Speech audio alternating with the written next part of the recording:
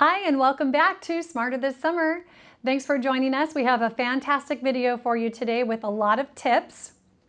Today's video comes from Chris Drew. He is a PhD and has been teaching in schools and universities since 2010.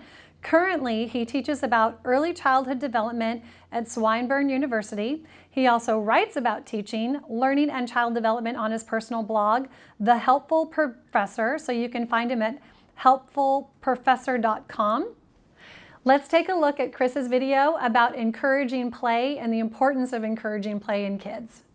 Hi, my name's Chris Drew. I have a PhD in education and I'm currently teaching in early childhood studies at Swinburne University in Australia.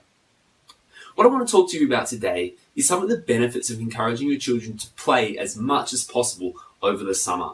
In fact, play is really good for children's development. It's just as good as getting them to sit down and do math tasks out of a textbook, for example. So here are 3 great benefits of encouraging your children to play as much as possible over the summer. Number 1 is that play is really good for social development. Oftentimes children won't get much social interaction over the summertime, and their social development might go through a bit of a dip. In order to avoid this, try to encourage children to play with other children in the street, other children from their class, or children of friends of yours. Through social interaction, children are developing social skills like negotiation, group work skills, and even leadership skills. So try to encourage your children as much as possible over the summer to play with other children. The second great benefit of playing over the summertime is its cognitive development. So children can still develop cognitively, that is the way in which they think and their ability to think through situations, by playing in creative and innovative ways. So give your children just small toys or activities or bits of scrap from around the house, such as paper, pens, straws, some tape, and try to encourage them to be creative in their play. Get them to create rocket ships or toy horses or anything that they're interested in. Then, when the child comes back to school after the summer, their creativity will have risen instead of sort of flatlining over the summer break.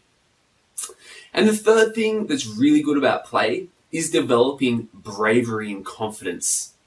We're often really reluctant as parents to encourage children to take risks, but taking risks does have some really good developmental benefits.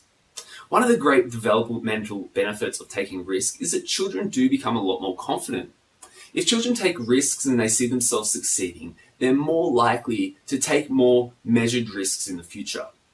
Another benefit of risk-taking is that children will start developing the ability to assess their own situations, so they've got a little bit more self-confidence about entering situations that might be a little bit difficult.